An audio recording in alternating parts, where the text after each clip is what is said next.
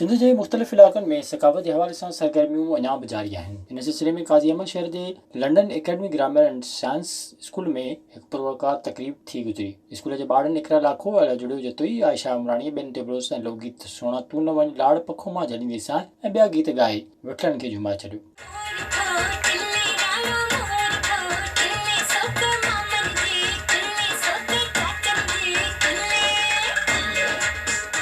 स्कूली शागिर्दनि पारां कॉपी कल्चर ख़िलाफ़ इस्लाही टेबलो पिणु पेश कयो वियो। तक़रीब खे ख़िताब कंदे स्कूल जे सरपरस्त अब्दुल हफ़ीज़ खूसो ऐं ॿियनि चयो त असांखे पंहिंजी सकाफ़त सां तमामु घणो प्यार आहे। ज़िंदा क़ौमूं पंहिंजी तहज़ीब ऐं सकाफ़त सां सुञातियूं वेंदियूं आहिनि। गंबट वेझो कोलाब जेल में Bright Future Educative Academy Sheikh Tayyab campus पारां सकाफ़ती तक़रीब कोठाई वई, जंहिंमें इलाइक़े जे मौज़ूज़ शख़्सियतुनि रईस नदीम ख़ान मरी नाले वारे तालीमदान शाइर अदीब ऐं लेखक आजिज़ ग़ुलाम रसूल अबड़े ऐं ॿियनि शिरकत कई। इन मौक़े ते स्कूली ॿारनि तक़रीरूं टेबलोस पेश करे ख़ूब दाद हासिल कयो।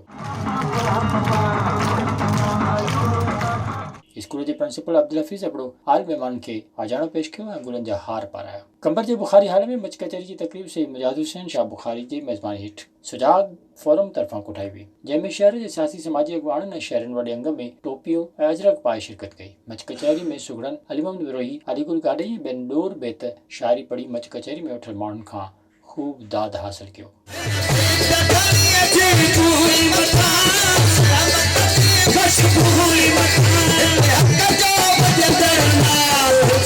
कोटड़ी किले में पिणु सईद अब्बास रिड वकास सोलंकी ऐं इरफान शोह जी अॻवानी में सिंध अमण सां मोहबत इज़हार ऐं सकाफ़ती ॾियार जे हवाले सां शानदार रैली कढी वई, जंहिंमें सिंधी गीतनि ते रक़्स पिणु कयो वियो।